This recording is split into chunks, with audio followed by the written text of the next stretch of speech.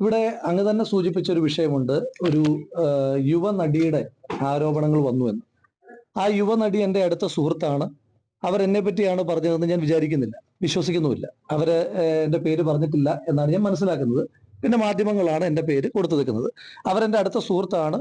ഈ അടുത്ത കാലം വരെയും നല്ല കമ്മ്യൂണിക്കേഷൻ, ഈ അടുത്ത കാലം എന്ന് പറഞ്ഞാൽ കമ്മ്യൂണിക്കേഷൻ കട്ടായിട്ടില്ല, വളരെ അടുത്ത സുഹൃത്താണ്. അപ്പൊ അതുകൊണ്ട് അവരെന്നെ പറ്റിയിട്ടാണ് പറഞ്ഞത് എന്ന് ഞാൻ വിചാരിക്കുന്നില്ല. നമുക്ക് നല്ല സൗഹൃദങ്ങളുണ്ടല്ലോ. ആ സൗഹൃദങ്ങളുടെ ഭാഗമായിട്ട് അവരെന്റെ സുഹൃത്താണ്, ഇപ്പോഴും അടുത്ത സുഹൃത്താണ്.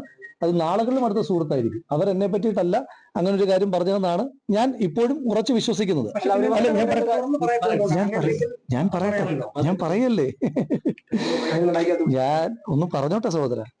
അപ്പോ അവര് എന്റെ പേര് ഇപ്പോഴും പറഞ്ഞിട്ടില്ല. നിങ്ങൾ തിരിച്ചും മറിച്ചും അങ്ങയുടെ മാധ്യമ സ്ഥാപനം ഉൾപ്പെടെ തിരിച്ചും മറിച്ചും ഒക്കെ ചോദിച്ചിട്ടും അവരെന്റെ പേര് നിമിഷം വരെ പറഞ്ഞിട്ടില്ല എന്ന് തന്നെയാണ് ഞാനും അത് കണ്ട ഒരാളെന്ന നിലയിൽ മനസ്സിലാക്കുന്നത്.